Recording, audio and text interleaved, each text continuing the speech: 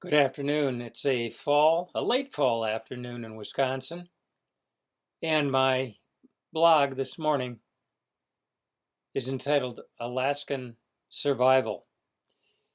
It's the story of a trip to Alaska after graduation from high school with a close friend driving a small trailer up the Alaskan and Yukon highway, way up into Fairbanks and all over into parts of Alaska, particularly trips up to Talkeetna and the Mount McKinley and, and the Denali National Park, as it is now known, then McKinley. It was an incredible trip, and one in which several times we escaped death. One time at Dead Man's Creek, rushing in the early spring runoff, trying to cross it, but being swept away and saved in the nick of time before going over a waterfall. Or was it the plane crash, trying to fly up to Mount McKinley and running into a snowstorm and a whiteout and a strong wind that caused us to need to nosedive into a lake, losing parts of the plane, the pilot unconscious, we swam to shore and dragged him with us? Or was it standing on a creek way up in the tundra above the Denali, looking out over the mountain, catching grayling, when a grizzly bear walked up behind me? I thought it was over. They run over 30 miles an hour, but he was eating blueberries. Wasn't concerned about me. As I walked slowly away, backwards, I knew that something had saved me.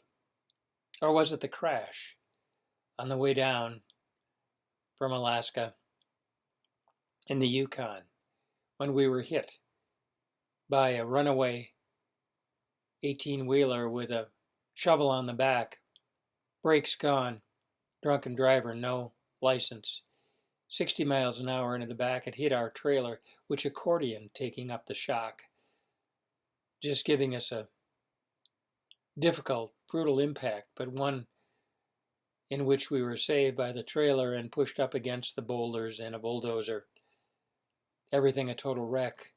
We were able to save some things and pack it in the car and head off after the red-jacketed, smoky-hatted Canadian police said, "You shouldn't have survived this." We had a number of those kinds of things happen to us.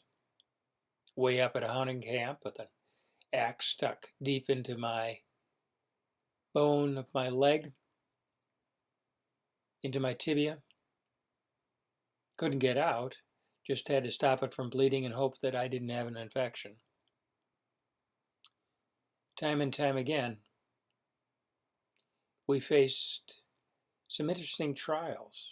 After shooting a moose to help supply a group flying in for a fishing trip on a board of directors from General Motors, we hung the meat up on an island where we camped, but the wolves could smell it, and they started howling and swimming across to the island.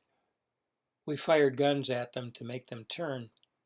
All night we kept the fire burning, hoping that they would stay away. We could see their lights, the lights of their eyes, bright, shining, yellow-orange, swimming in the water. We shot at and we shot a couple. Things happened to us that were wild. Of course, we were in the wilds of Alaska. It could be expected. But God was with us. I was not yet a believer, but God was with us, and He protected me over and over again. And He has protected me over and over again.